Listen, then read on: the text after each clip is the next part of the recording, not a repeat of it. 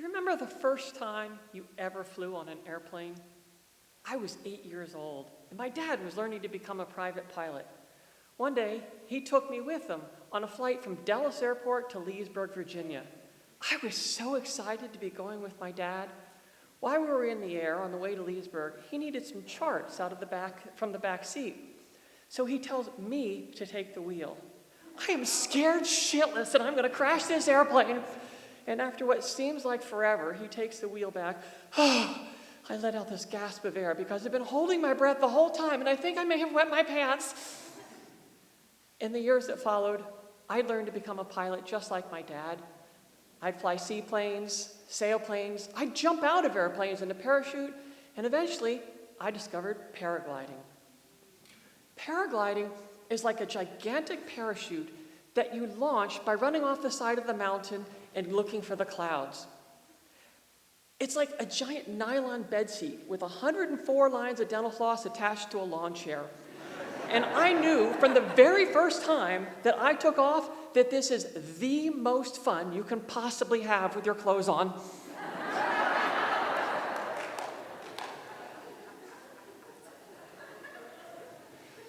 I almost lost my connection to the sky about 3 years ago because of an automobile accident. I stopped for a pedestrian in a crosswalk, and a pickup truck rear-ended me. I had trouble walking for months, and my shoulder was messed up pretty badly too. I didn't know how badly until the following year when I took my first flight since the accident. It was a beautiful spring day, scattered clouds, letting pilots know where the best lift could be found. I hiked up the mountain, spread my wing out on the summit, ran through my safety procedures, and I prepared to launch. Now, I had launched from this very spot hundreds of times, but today, I was nervous. You see, the doctors had cleared me for takeoff, but they still had some reservations about landing. So, the winds were from the north, so I turned my back to the wind. I pulled my kite up over my head my wing up over my head like a gigantic kite. I turned and I faced the wind and I ran. Moments later, I was airborne, heading for the open sky over the valley below and looking for a column of rising air. It didn't take long, and I found one. I started climbing and circling at 50 feet a minute, 100, 300, 500 feet a minute. I was climbing towards the sky, and my variometer was screaming at me that I was in something really big. And then, it wasn't until I looked down at my shoulder and I saw the dislocation that the pain came rushing into my head. And I started screaming some obscenities that could be heard for miles. Okay? I had left the thermal and I was on descent, but I couldn't move my arm.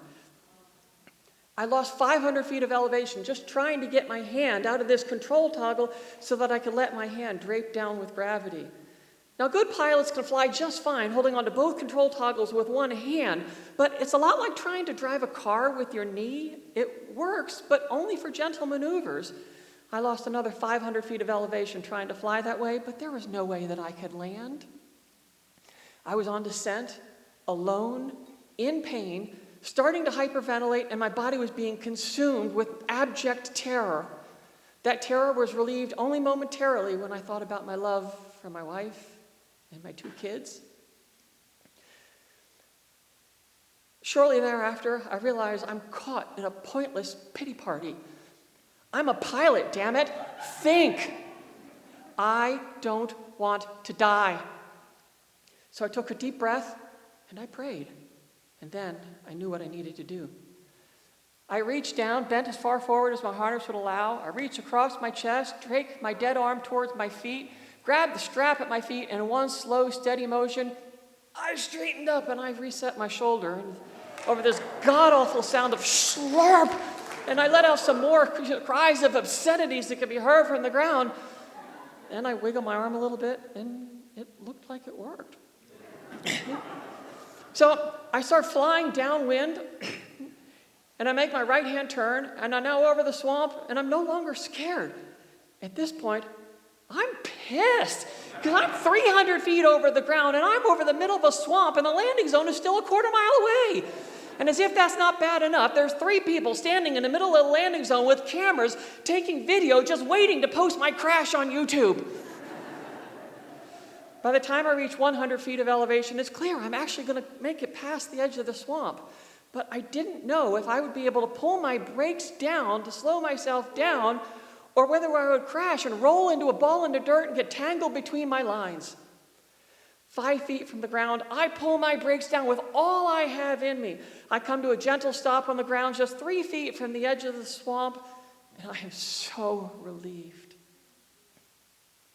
I used to think that my love of flying was about my connection to the sky.